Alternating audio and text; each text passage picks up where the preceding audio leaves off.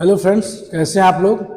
मैं राज किशोरी देवी शिक्षण प्रशिक्षण सेवा संस्थान के इस चैनल से मैं आपका स्वागत करता हूं। मैं ज्ञानंद कुमार उपाध्याय।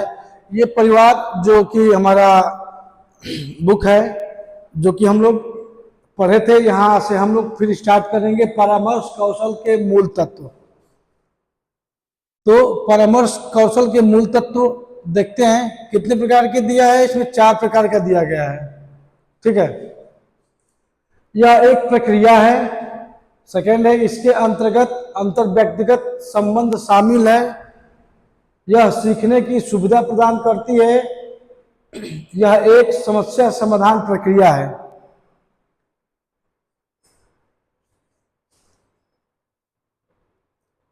देखते हैं नीचे,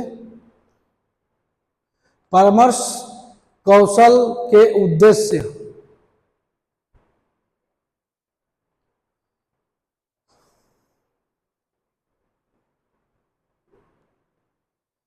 एक नंबर है, उचित सूचना प्रदान करके दिव्यांग व्यक्ति को उसकी समस्याओं के समायोजन के लिए संतुष्टिजनक स्तर प्रदान करना।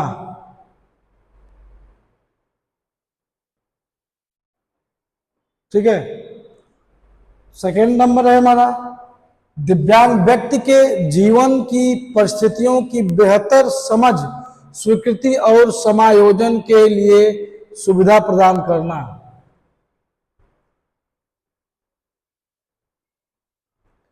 तीन नंबर पे क्या है हमारा, दिव्यांग व्यक्ति एवं उसके अभिभावक को जीवन की विभिन्न परिस्थितियों को अधिक प्रभावकारी एवं संतुष्टिजनक ढंग से निर्वहन करके करने योग्य बनाना। ठीक है।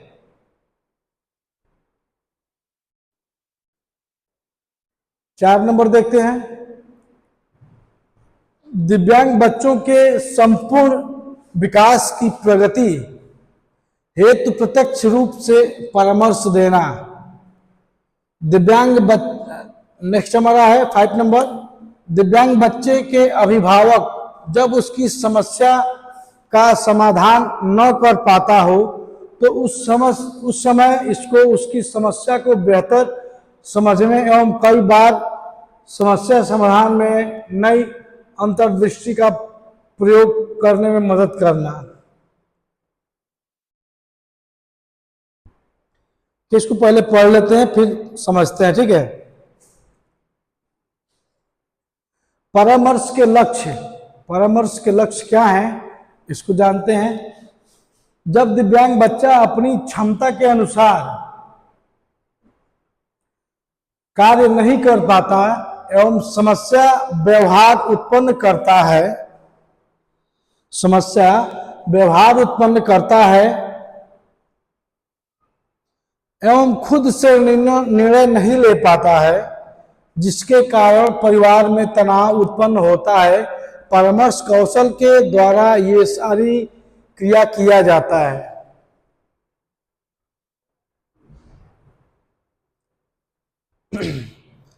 कौशल को बढ़ावा देना, एक नंबर पे है कौशल को बढ़ावा देना, 2 नंबर पे व्यवहार परिवर्तन को संभव करना, और 3 नंबर पे है संबंधों में सुधार करना, और 4 नंबर पे है निर्णय लेने की क्षमता का विकास करना। ठीक है। लास्ट है 5 नंबर, दिव्यांग बच्चे के गुणात्मक और मात्रात्मक दोनों क्षमता में वृद्धि करना। ठीक है। आगे देखते हैं परामर्श कौशल। एक नंबर है सुनना, यहां से हम समझेंगे परामर्श कौशल में सुनना। परामर्शदाता को चाहिए कि वे दिव्यांग बच्चे को एवं उसके माता पिता को उसके विषय में बोलने के लिए प्रोत्साहित करें। परामर्शदाता को दिव्यांग बच्चे की बातों को ध्यान से सुनने के साथ ही साथ उसके भावों को भी समझने की आवश्यकता होती है। कहने का मतलब ये है कि ऐसे बच्चे जो दिव्यांग बच्चे हैं, परामर्श दाता के अनुसार ये बताया जा रहा है कि बच्चों की, जो बच्चे कह रहे हैं उसको सुनना है और उसके साथ साथ उसके भावों को भी समझना है, उनका भाव क्या प्रकट हो रहा है उसको भी समझना है। ठीक है। अतः परामर्शदाता को एक अच्छा श्रोता होना चाहिए। ठीक है। परामर्शदाता को एक अच्छा श्रोता होना चाहिए।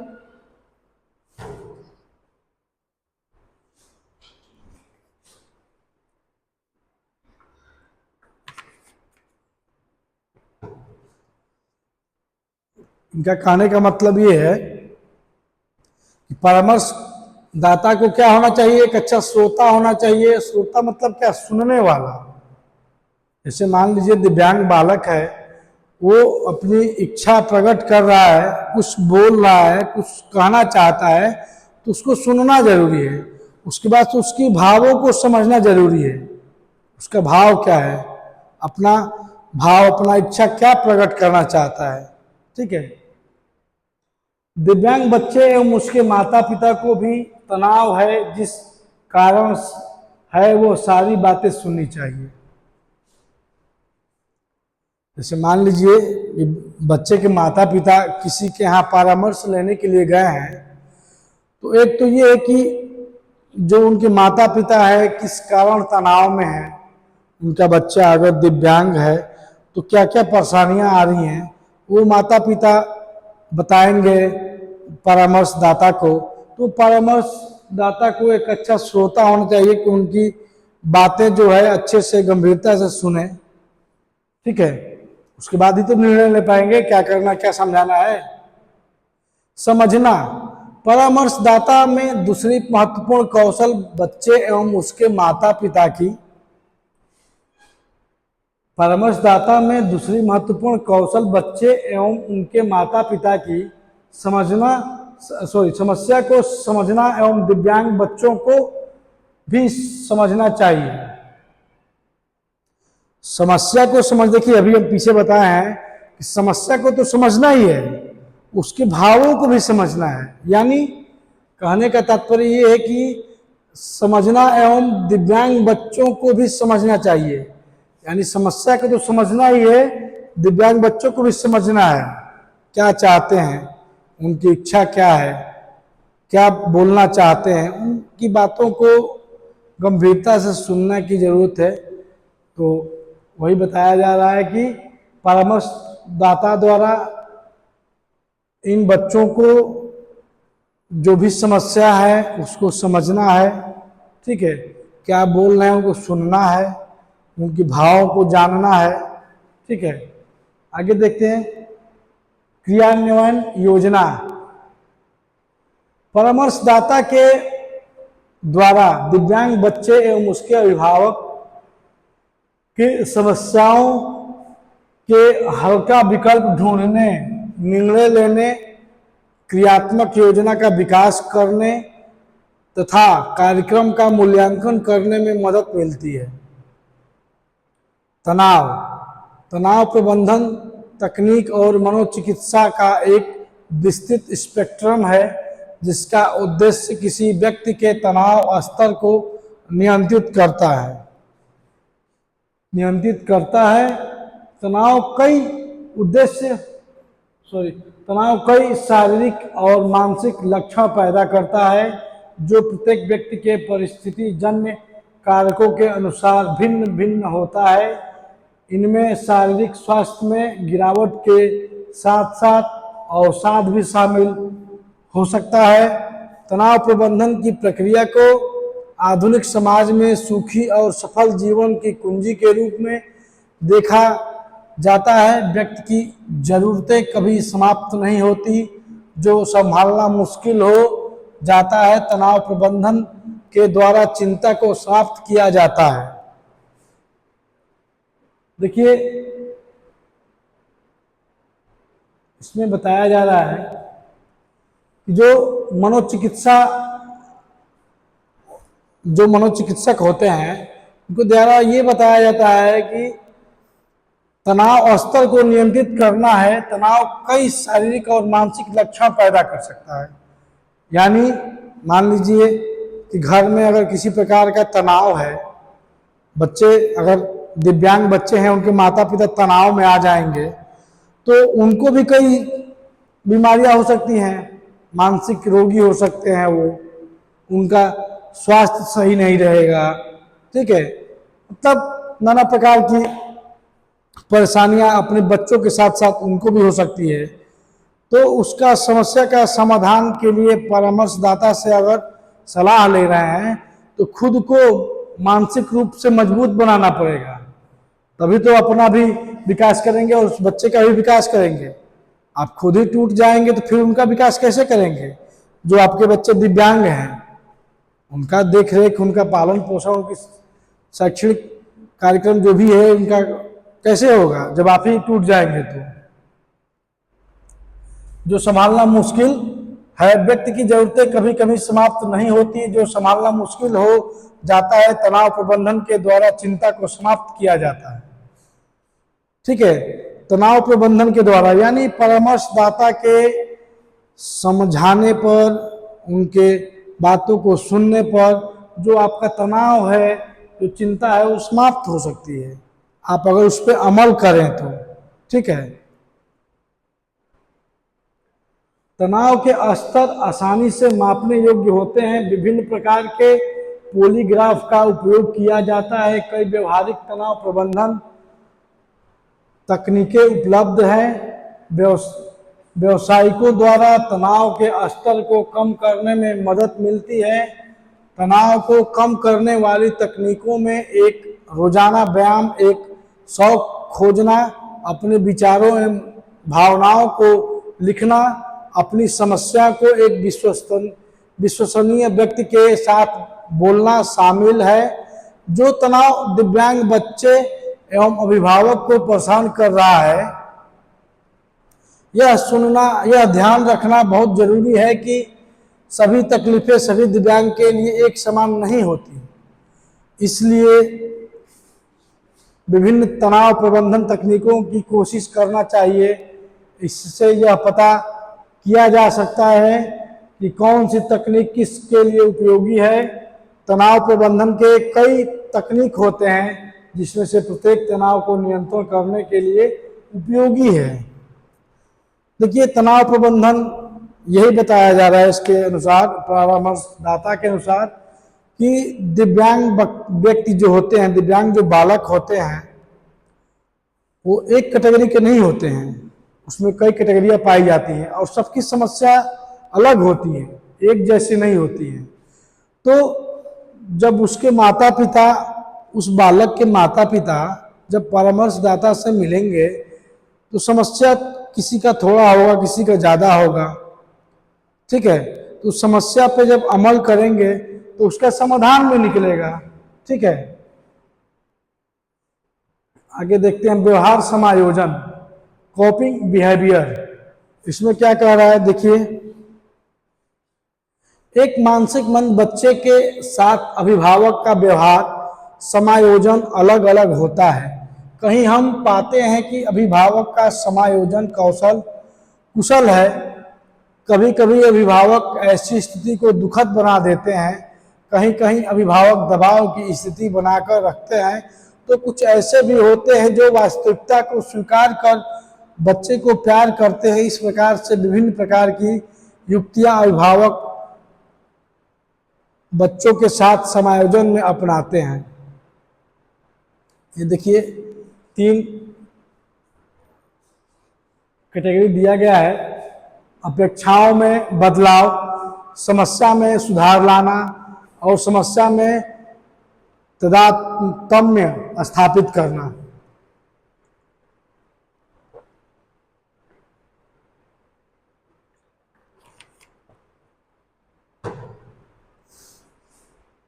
देखिए, व्यवहार समायोजन में क्या बताया जा रहा है, प्रत्येक परिवार की स्थिति एक जैसी नहीं होती है। ठीक है, प्रत्येक बालक की भी स्थिति एक जैसी नहीं होती है। जो दिव्यांग बालक हैं, उनकी भी स्थिति एक जैसी नहीं होती है, उनकी समस्याएं एक जैसी नहीं होती हैं। सबकी अलग अलग समस्याएं होती, किसी की थोड़ी कम होती है, किसी की ज़्यादा होती है। अब देखिए समस्या क्या होता है, कुछ ऐसे परिवार है जिनके माता पिता हैं जो कि समझ जाते हैं, ठीक है, कि वो वास्तविकता को स्वीकार करते हैं, जो हमारा बच्चा है दिव्यांग है, कोई बात नहीं, हम इसका भी समस्या का समाधान करेंगे, इस बच्चे के साथ हम रहेंगे, अच्छा व्यवहार करेंगे, ठीक है, इसकी इसकी भी जो भी बातें होंगी उसको सुनेंगे समझेंगे, क्योंकि वो सामान्य बालक जैसा नहीं रहेगा, ठीक है, वो असामान्य बालक है, तो उसके साथ हम ऐसा बिहेव करेंगे, उसको प्रोत्साहन करेंगे कि उसका भी मनोबल बढ़े, ठीक है, उसको कुछ अच्छा अच्छा ज्ञान दिया जाए, अच्छा भोजन दिया जाए, टाइम पे मेडिसिन दिया जाए कि वो भी अपनी ऊर्जा को सही दिशा में उपयोग कर सके। रही बात माता पिता की, तो माता पिता अगर समझ गए, अपनी वास्तविकता से अगर वो परिचित हो गए कि हमारा बालक दिव्यांग है, उसके साथ कैसा व्यवहार करना है, उसको कैसे रखना है मुझे, तो उनकी समस्या तो आधी ऐसे समाप्त होगी जब समझ गए हैं। माता पिता की जो भी समस्या है उस आधी समस्या तो समाधान हो गया कि हमारा बालक वास्तविकता को स्वीकार कर ले कि हमारा बालक ऐसा ही है, अब इसको कैसे हम आगे बढ़ाएं, इसका विकास कैसे करें, इसका वृद्धि कैसे करें, आधी समस्या खत्म हो गई। उसके बाद जो आधी समस्या रह गई है, वो जब आधी खत्म हो गई है तो आगे उसकी पढ़ाई लिखाई सारी व्यवस्था सरकार की तरफ से अवेलेबल है, ठीक है, थोड़ी बहुत दिक्कत तो है लेकिन सब कुछ अवेलेबल है। ऐसे बच्चों के लिए संस्थान है, एनजीओ हैं जहाँ पर ऐसे बच्चों को पढ़ाया जाता है, ठीक है, तो इनको स्वीकार करें, इनके साथ भेदभाव ना करें, जैसे सामान्य बालक के साथ आप व्यवहार करते हैं वैसे ऐसे ही बालकों के साथ व्यवहार करें, अपने सामान्य बालकों के साथ इनका उठना बैठना करें, अपने जो सामान्य बालक हैं उनको भी समझाएं कि ऐसे भी बालक हो सकते हैं, ठीक है, तो इनसे घृणा न करें, इनका मनोबल बढ़ाएं, प्रोत्साहन करें, इनके साथ खेलें कूदें, इनके साथ पढ़ाई करें, पढ़ाई भी करेंगे तो आपसे किसी चीज़ में कम नहीं रहें, ठीक है।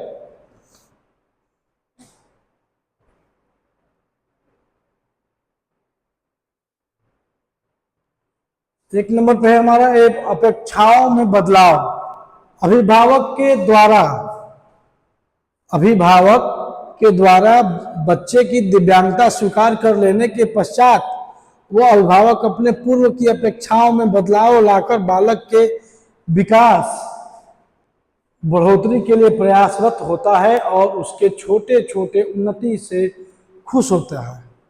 कि अभी हम बताए हैं कि जो माता पिता ये स्वीकार कर लिए कि हमारा बच्चा दिव्यांग है, उसके वृद्धि और विकास के लिए मुझे क्या करना है, और समझने से पहले जो नहीं समझ रहा था उस बीच की कड़ी को, वो बीच की जो कड़ी है जिसमें वो उलझा था लेकिन बाद में चल के वो समझ गया, तो समझने के बाद उसमें जो बदलाव आया कि हमें अपने बच्चों के साथ कैसा बिहेवियर रखना है, कैसा व्यवहार रखना है, तो बदलाव लाकर बालक के विकास में बढ़ोतरी के लिए प्रयास करने लगता है, तो धीरे धीरे छोटी छोटी खुशियां उसको मिलने लगती है, उसका बालक भी विकास करने लगता है, वृद्धि करने लगता है, तो उससे माता पिता भी खुश हो जाते हैं और धीरे धीरे उसकी पालन पोषण और पढ़ाई की भी जो भी शिक्षा का व्यवस्था है उसका धीरे धीरे चलने लगता है, ठीक है। उसका जब मनोबल बढ़ेगा तो पढ़ाई करेगा, उसका भी मन लगेगा। समस्याओं में सुधार लाना सेकंड नंबर है हमारा टॉपिक। इसमें देखते हैं कुछ अभिभावक इन समस्याओं को दूर करने के लिए व्यवसायिकों से परामर्श लेकर अपना दबाव और तनाव को कम करते हैं। सही बात है, कुछ माता पिता ऐसे हैं जो कि परामर्शदाता से सुझाव लेते हैं, ठीक है। परामर्शदाता द्वारा जो सुझाव मिलता है उससे उनका दबाव और तनाव कम होता है।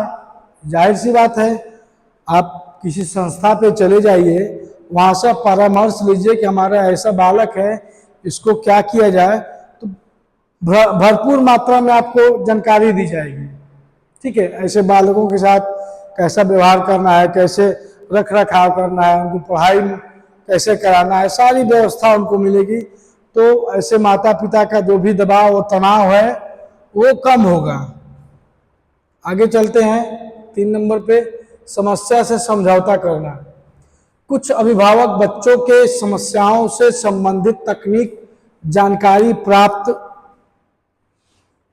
करके उसके साथ काम करते हैं, परंतु कुछ अभिभावक समायोजन के लिए इन प्रकार की नियुक्तियां अपनाते हैं जिससे बच्चे को नुकसान होता है, जैसे अपने से अलग कर देते हैं। इसमें अभिभावक कभी कभी अपनों को अथवा अपने से बच्चों को समाज एवं उसके सदस्यों से अलग कर देते हैं। इससे बच्चा समाज से दूर हो जाता है। कभी कभी अभिभावक बच्चों को अधिक लाड़ प्यार देने लगते हैं। इससे बच्चे के विकास एवं परिवार की स्थिरता में अवरोध पैदा होता है और बच्चा सदा परिवार एवं समाज से दूर हो जाता है।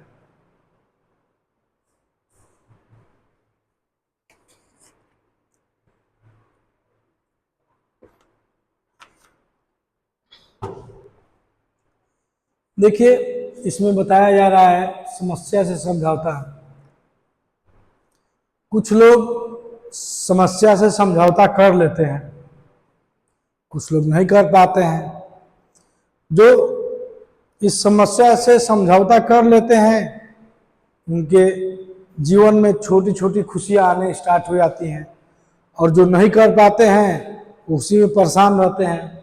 ठीक है, देखिए, जिसमें बच्चों को नुकसान होता है, मतलब कुछ लोग ऐसी युक्तियां अपनाते हैं, जैसे बच्चे को खुद से अलग कर देना। वैसा बच्चा हो गया है, दिव्यांग बच्चा, हम उसको कैसे पालन पोषण करेंगे। बहुत लोग हैं जो नहीं समझ पाते हैं, ऐसे बच्चे भी आगे बढ़ के बहुत ही नाम रोशन करते हैं। तो इनका देखभाल करना चाहिए, इनकी पढ़ाई करानी चाहिए।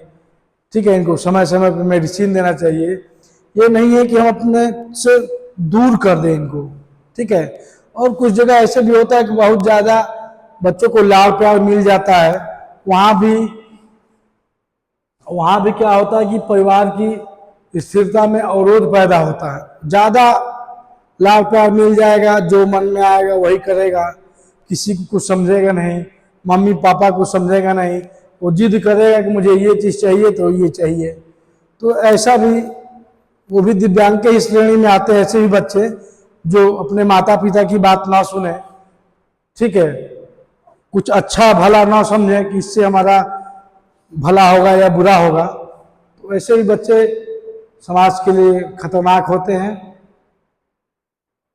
समायोजन के तरीके, समायोजन करने के विभिन्न तरीके अपनाए जाते हैं। अस्वीकृति, दिव्यांगता से संबंधित नकारात्मक मूल्यों के कारण बच्चे की इच्छाओं और आवश्यकताओं की तरफ ध्यान नहीं दिया जाता।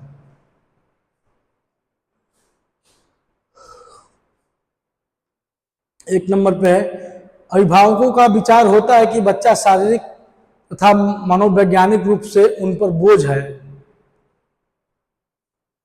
बात समझ रहे हैं? अभिभावकों का विचार होता है, अभिभावक का विचार क्या होता है?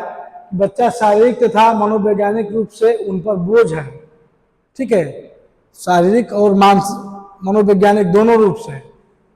2 नंबर में, बच्चे के असामान्य रूप को देखकर अभिभावक उस बच्चों से घृणा करते हैं। बात सही है। अभी आप लोगों को बताया है कि कुछ परिवार ऐसे होते हैं जो अपने बच्चों से घृणा करते हैं। दिव्यांग बालक जो होते हैं उनसे वो घृणा करते हैं, उनसे बात नहीं करते अच्छे से, और जब माता पिता नहीं करेंगे तो और भी घर के सदस्य लोग नहीं करेंगे। बच्चे की गंभीर व्यवहारिक समस्या के कारण अभिभावकों पर दबाव बढ़ जाता है। भाई, जब उसका आप देख रेख नहीं करेंगे, अच्छे से बात नहीं करेंगे, तो उसकी गंभीरता है जो बढ़ती जाएगी, उसके व्यवहारिक सामान्य के कारण अभिभावकों पर दबाव बढ़ जाता है, बढ़ेगा ही। पारिवारिक दबाव परिवार और उसका स्तर भावनात्मक भावनात्मक अस्थिरता भी अस्वीकृति को पैदा करता है। देखिए, जब परिवार पे दबाव बढ़ेगा, ठीक है, कुछ रिश्तेदार लोग हैं जो कि दबाव बनाएंगे, ऐसे बच्चों को आप संस्था में कहीं दे दीजिए, कहीं चैरिटेबल में दे दीजिए, कहीं इसको दूर रख के पढ़ाइए। मतलब समाज के लोग, परिवार के लोग, रिश्तेदार लोग कुछ न कुछ ज्ञान बांटते रहते हैं, जिनसे अभिभावक पर दबाव बढ़ता है और उस दबाव के कारण अस्वीकृति को पैदा करती है, यानी बच्चे को खुद से दूर कर देना, अस्वीकार कर देना, ठीक है, जो कि ऐसा नहीं चाहिए। स्वीकृति, अभिभावक में बच्चे के प्रति आदर की भावना उत्पन्न होती है, वे बच्चे को प्रोत्साहित करते हैं और सक्रिय रूप से उनके साथ घुल मिल जाते हैं। समायोजन, समायोजन बच्चे की आवश्यकता के अनुसार होता है और विभिन्न स्थितियों के अनुसार जिसमें कि वे स्थान प्रदान किया जा सकता है।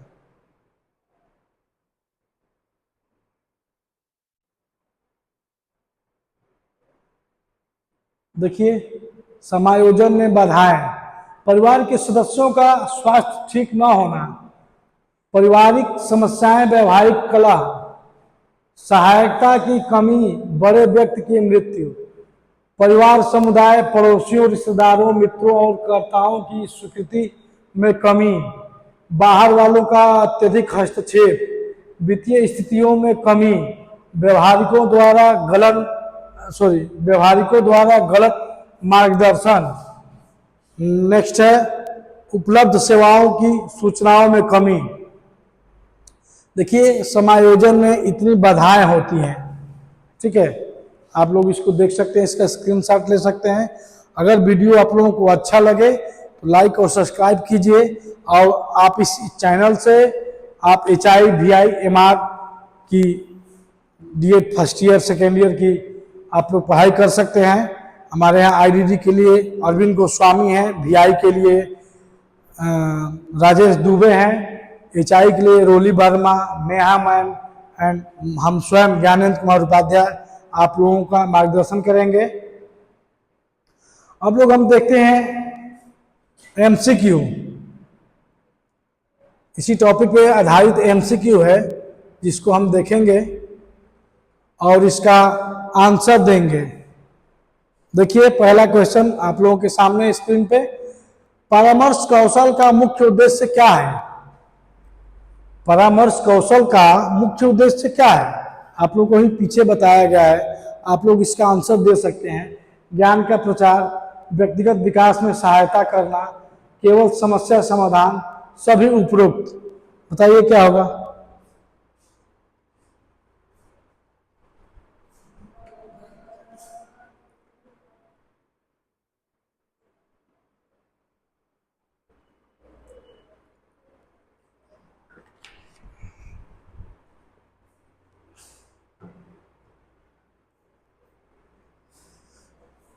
इसमें हमारा राइट आंसर बी होगा, व्यक्तिगत विकास में सहायता करना, ठीक है। मान लीजिए किसी घर में बच्चा है तो इंडिविजुअल ही तो आएगा ना उनसे परामर्श लेने के लिए, व्यक्तिगत विकास में सहायता करना। नेक्स्ट क्वेश्चन देखेंगे, परामर्श कौशल के कौन कौन से मूल तत्व होते हैं? परामर्श कौशल के कौन कौन से मूल तत्व होते हैं? अभी आप लोगों को पीछे पढ़ाया गया है, बताइए। बताया गया कि पहले परामर्श कौशल के कौन कौन से मूल तत्व होते हैं। पहले परामर्श दाता को श्रोता होना चाहिए, अच्छा श्रोता होना चाहिए, सुनना, समझना, संचार करना, लेखन, बोलना, गिनना, खेल, संगीत, कला, केवल बोलना। बताइए।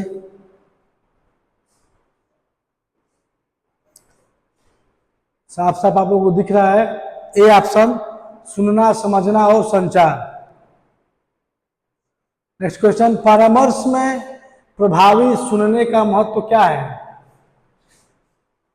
परामर्श में प्रभावी समस्याओं को बढ़ाना, ग्राहक की भावनाओं को समझना, केवल अपनी बात रखना, सभी उपरोक्त। बताइए क्या होगा?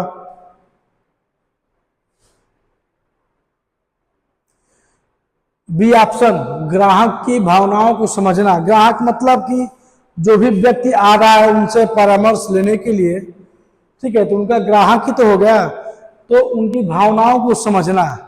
ठीक है, आगे देखते हैं, परामर्श कौशल का एक महत्वपूर्ण लक्ष्य क्या है? बताइए।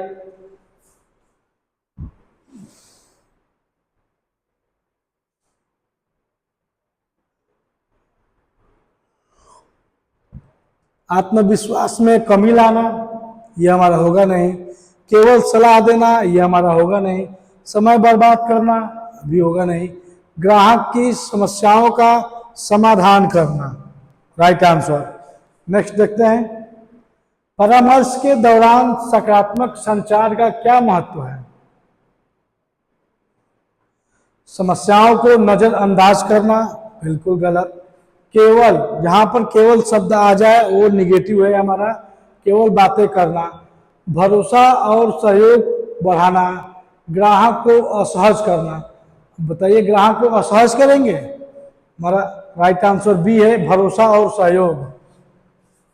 नेक्स्ट देखते हैं, परामर्श में अत्यधिक अनुकूलता का क्या अर्थ है? आपके सामने 4 ऑप्शन है, आप बताएं।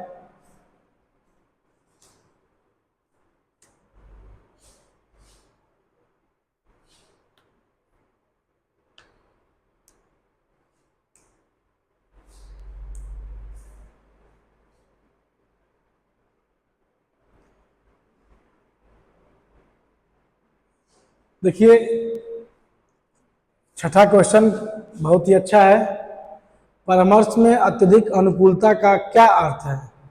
ग्राहक की सभी समस्याओं को स्वीकार करना। सभी समस्याओं को हम कैसे स्वीकार कर सकते हैं? कोई तो ऐसी समस्या है जिसको हम स्वीकार नहीं करेंगे, ये हमारा सही नहीं है। बिना किसी सीमा के सलाह देना, हर चीज का एक सीमा होता है, एक दायरा होता है, हम कुछ भी सलाह नहीं दे देंगे। केवल सुनना हमारा निगेटिव है।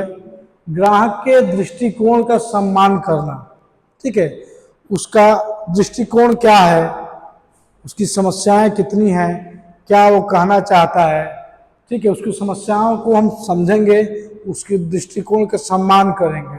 ठीक है, राइट आंसर सी। नेक्स्ट, परामर्श का एक प्रमुख लक्ष्य क्या है?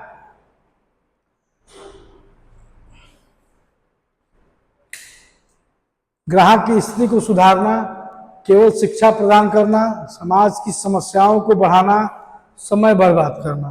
बताइए, आप लोग बता सकते हैं, स्क्रीनशॉट ले सकते हैं, चैनल को सब्सक्राइब कर सकते हैं।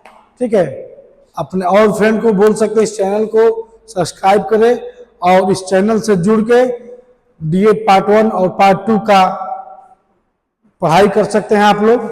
ठीक है, स्पेशल BSTC। चलिए क्वेश्चन का आंसर बताइए।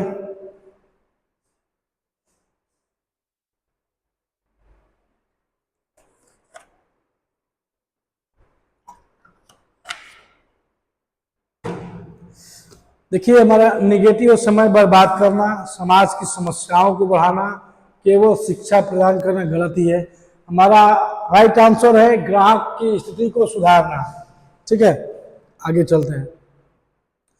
कौन सा कौशल परामर्श में आवश्यक है? तकनीकी कौशल, समस्या समाधान कौशल, खेल कौशल और संगीत कौशल। बताइए, बहुत ही अच्छा क्वेश्चन है, इसका आंसर बताइए।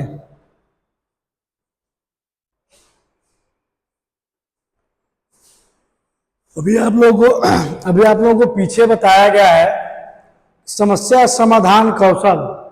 जो भी परिवार, बच्चे के माता पिता आएंगे समस्या लेकर के, उनकी समस्या का समाधान करना है।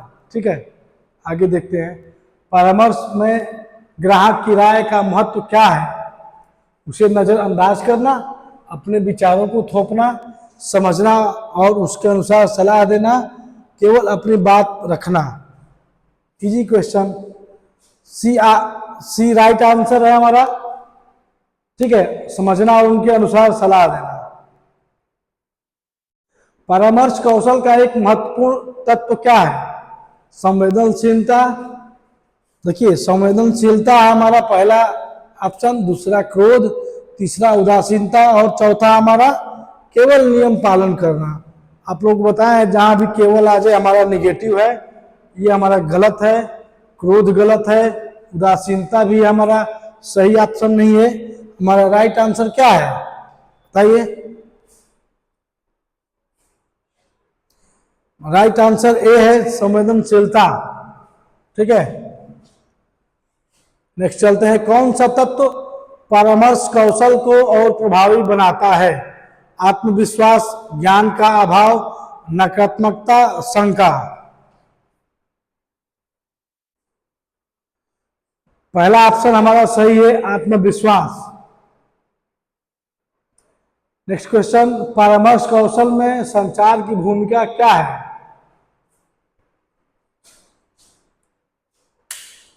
केवल शारीरिक संचार, ग्राहक से जुड़े सभी पहलुओं की समझ, केवल लिखित संवाद और चौथा चुप रहना।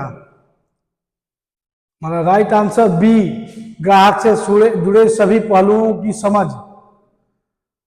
ऑप्शन देख करके आप लोग आंसर दे सकते हैं। नेक्स्ट क्वेश्चन, परामर्श में सहानुभूति का क्या महत्व है? ग्राहक की भावनाओं को कम करना, ग्राहक के दृष्टिकोण को समझना, केवल अपनी भावनाएं व्यक्त करना, समय बर्बाद करना। देखिए, हमारा इसमें कौन सा ऑप्शन सही होगा बताइए?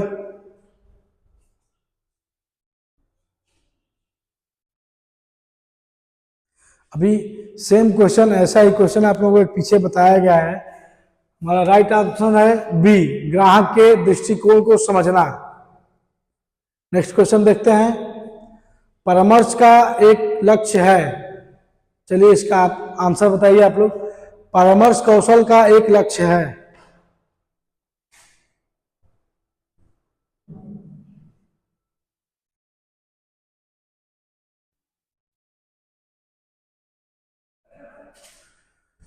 ऑप्शन ए, केवल समस्याओं की पहचान करना। ऑप्शन बी, समाधान की दिशा में मार्गदर्शन करना। ऑप्शन सी, केवल आंकड़ों का विश्लेषण करना। ऑप्शन डी है केवल बातें करना। मतलब सारा ये जो केवल जो दे रहा है वो हमारा निगेटिव है, केवल ये है, केवल ये है, केवल ये है। हमारा कौन सा ऑप्शन सही हो गया? बी, समाधान की दिशा में मार्गदर्शन करना। नेक्स्ट देखते हैं, परामर्श में सक्रिय सुनने का क्या मतलब है? बिना ध्यान दिए सुनना, ग्राहकों की बातों पर प्रतिक्रिया देना, केवल अपनी बातें करना, चुप रहना। राइट ऑप्शन हमारा बी हो जाएगा ग्राहकों की बातों पर प्रतिक्रिया देना। राइट। नेक्स्ट क्वेश्चन, परामर्श कौशल में फीडबैक का क्या महत्वपूर्ण है? बढ़िया क्वेश्चन है, बताइए। चार ऑप्शन दिया है आपके सामने। ग्राहकों को असहज करना, सीखने और सुधारने का अवसर देना, केवल नकारात्मक बातें करना, किसी भी बात को नजरअंदाज करना। सीखने और सुधारने का अवसर देना, right option B. Next question, कौन सा कौशल परामर्श में संवाद को प्रभावी बनाता है? निर्णय लेने की क्षमता, तकनीकी कौशल, व्यक्तिगत अनुभव, सुनने की क्षमता। बताइए इसमें से कौन सा ऑप्शन सही है? कौन सा कौशल परामर्श में संवाद को प्रभावी बनाता है?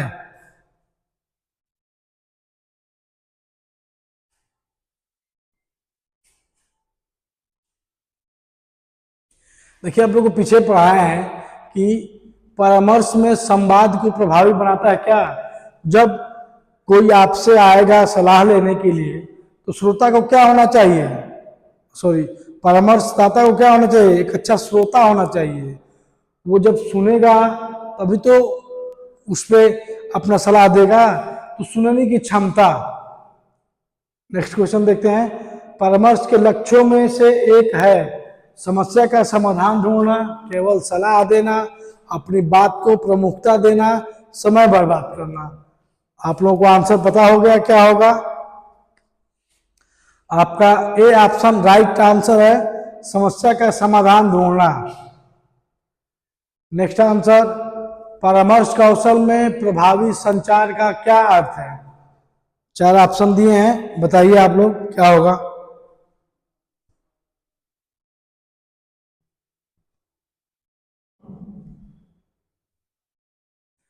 परामर्श कौशल में प्रभावी संचार का क्या अर्थ है? बिना किसी प्रतिक्रिया के बोलना, जानकारी का स्पष्ट आदान प्रदान, केवल मौखिक संवाद, लिखित संवाद पर ध्यान देना। बताइए क्या होगा?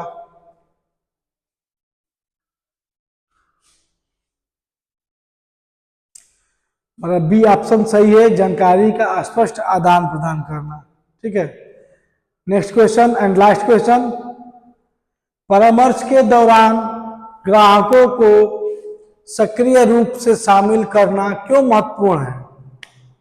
बताइए।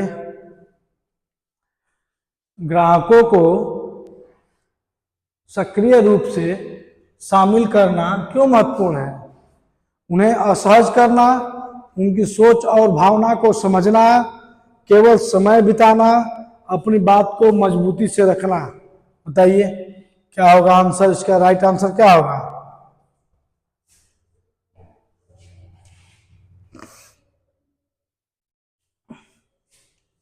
देखिए हमारा राइट आंसर होगा उनकी सोच और भावनाओं को समझना। ठीक है, यहाँ पर ये चैप्टर यूनिट 1 कंप्लीट हुआ। कल से आप लोगों को यूनिट 2 पढ़ाया जाएगा। आप लोग इस चैनल को सब्सक्राइब कीजिए। वीडियो आप लोगों को अच्छी लगे तो लाइक कीजिए, अपने फ्रेंड को भी शेयर कीजिए। ठीक है, धन्यवाद।